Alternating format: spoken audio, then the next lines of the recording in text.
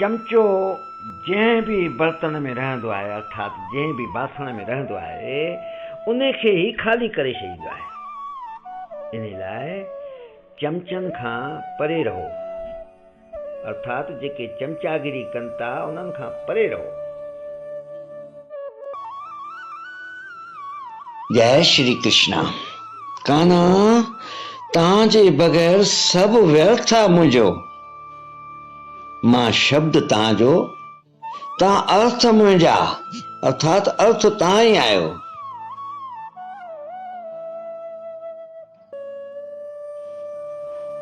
Jay Jhulelal.